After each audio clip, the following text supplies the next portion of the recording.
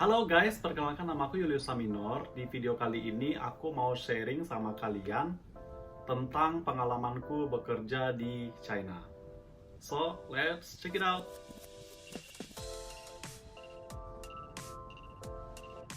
Oke, jadi tahun 2016 itu aku pertama kali berangkat ke Cina untuk melanjutkan studi S2 aku selama 3 tahun, jadi dari 2016 sampai 2019. Kemudian di semester akhir tahun 2019 itu aku sempat magang di salah satu startup company yang ada di kota Beijing. Nah, jadi selama proses magangku selama 6 bulan ini, ternyata aku memenuhi kriterianya mereka untuk karyawan yang full time gitu. Jadi aku ditawari untuk stay di situ dan aku tanda tangan kontrak sebelum aku lulus kuliah. Aku sempat balik ke Indonesia selama 2 bulan untuk pengurusan visa. Di September awal, aku berangkat ke Cina lagi dan ya, aku mulai hidupku sebagai karyawan tetap di sini. Perusahaan tempatku bekerja ini dia bergerak di bidang penyediaan jasa internet, game, aplikasi, dan lain-lain. Dia itu sejenis internet company, tapi aku bukan IT atau developernya gitu. Aku itu lebih kepada digital marketingnya, jadi bertanggung jawab terhadap user growth atau pertumbuhan user yang ada di Indonesia. Jobdesk-nya itu lebih ke memikirkan strategi marketing untuk mempromosikan produknya kita itu. Jadi di sini aku lebih banyak bekerja sama dengan banyak influencer, dengan selebgram, dengan artis di Indonesia untuk mempromosikan produknya kita. Selain itu, aku juga bertanggung jawab terhadap social media advertising kayak Facebook Ads, Instagram Ads, TikTok Ads kayak gitu, kemudian Google Ads, YouTube Ads, dan kadang-kadang itu mesti research pasar juga tentang apa yang lagi happening, apa yang lagi trending di Indonesia, dan mesti jadi admin sosial media juga karena aku satu-satunya orang Indonesia di sini, jadi aku mesti menerjemahkan banyak sekali bahasa-bahasa aplikasi ini ke dalam bahasa Indonesia. Jadi dari bahasa Mandarin atau bahasa Inggris diterjemahkan ke bahasa Indonesia. Nah, kalau kalian pernah dengar sistem kerja 996 di China itu artinya adalah sistem kerja yang masuk jam 9 pagi, pulang jam 9 malam selama 6 hari. Jadi, dulu itu banyak banget perusahaan-perusahaan berbasis internet di China itu menganut sistem 996 itu. Cuma pertengahan tahun lalu itu udah resmi dihentikan sama pemerintah karena ya banyak sekali gejolak dari masyarakat yang tidak menerima sistem 996 ini. Oke. Nah, di perusahaanku ini kita bekerja itu dulu ya, waktu pertama kali aku masuk tahun 2019, itu kita nggak menganut sistem 996, tapi kita menganut yang namanya sistem ganjil genap. Masuk itu jam 10, keluar jam 8. Kalau bulannya ganjil, itu tuh kita masuk sampai hari Sabtu. Tapi kalau bulannya genap itu kita masuknya sampai hari Jumat gitu. Cuma setelah tahun lalu kita udah berubah sistemnya, jadi sekarang itu masuknya cuma sampai hari Jumat doang. Hari Sabtu dan Minggu itu libur.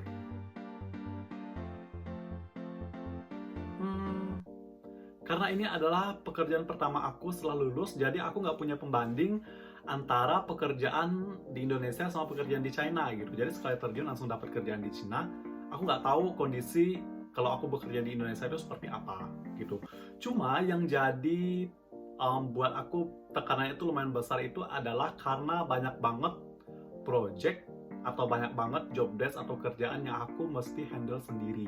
Jadi tiap minggu itu kita banyak banget project, banyak banget produk dan project yang harus kita promosikan, dan aku mesti cari berapa banyak influencer, berapa banyak artis, selebgram, youtubers yang harus bekerja sama-sama kita untuk mempromosikan produk ini gitu. Jadi tiap minggu itu ada aja projectnya.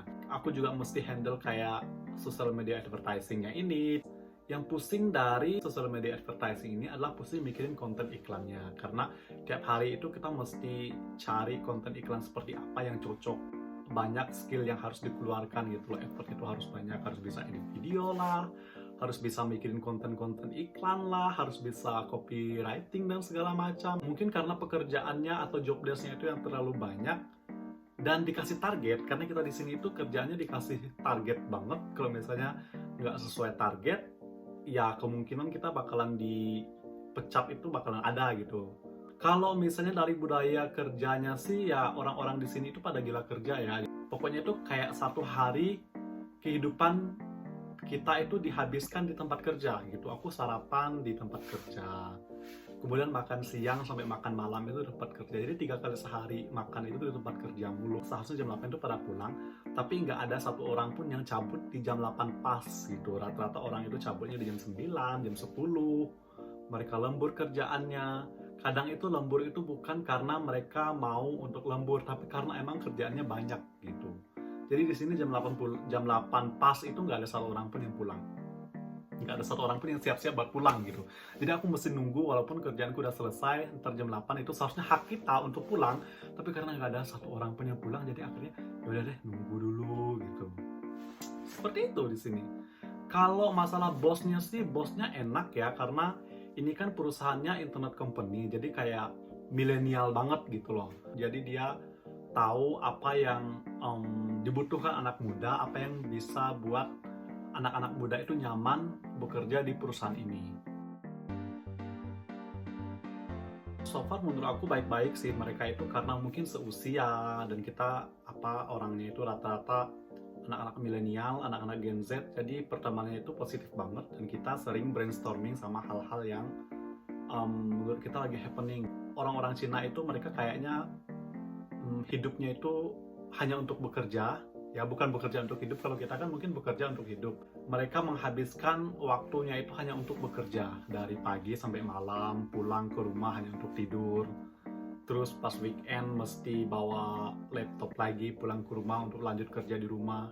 Bekerja keras, dan satu lagi mereka itu kompetitif banget satu sama lain. Kompetitif dalam artian positif gitu. Kalau misalnya aku punya kemampuan, punya skill itu kurang, gimana caranya aku ningkatin skillku, bagaimana caranya aku bisa belajar dari teman lain untuk ningkatin skillku gitu. Bukan menjatuhkan teman lain. Saling mengejar bagaimana supaya diri sendiri itu terlihat lebih menonjol gitu. Makanya mungkin ketika kita capek untuk ngejar mereka itu, kita bakalan ketinggalan jauh.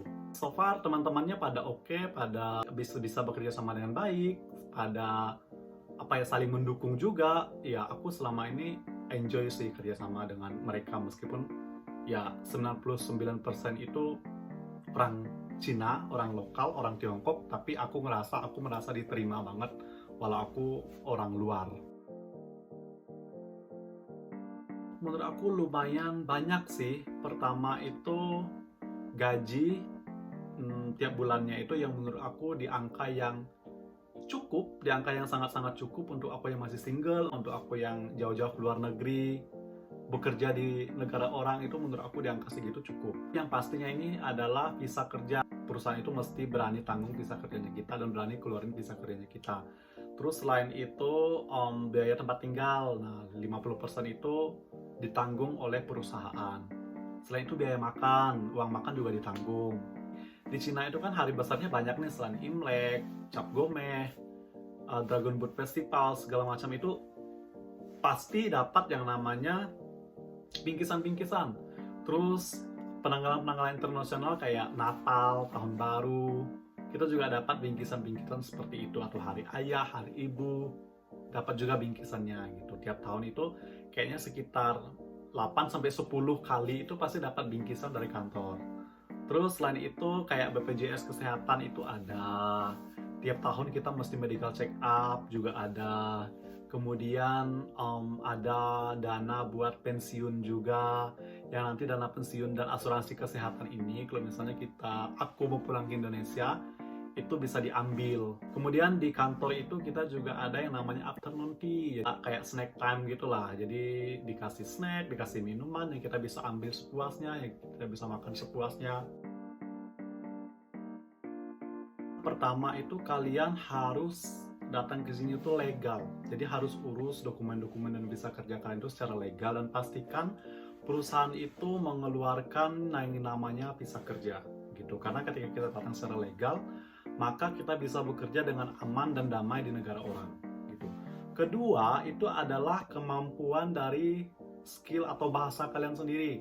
Kalau misalnya bekerja di China, yang paling penting itu kan pertama bahasa Mandarin. Kalau misalnya nggak bisa bahasa Mandarin, itu paling tidak bahasa Inggris.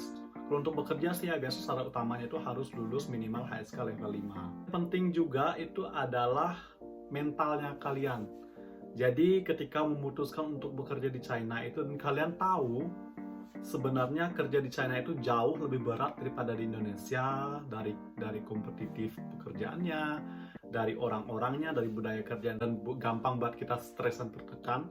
Jadi pastikan bahwa mental kita itu kuat dulu. Apapun pilihan kalian, apapun konsekuensi kalian, itu harus pikirkan dulu secara matang-matang sebelum memutuskan untuk bekerja di Cina ini.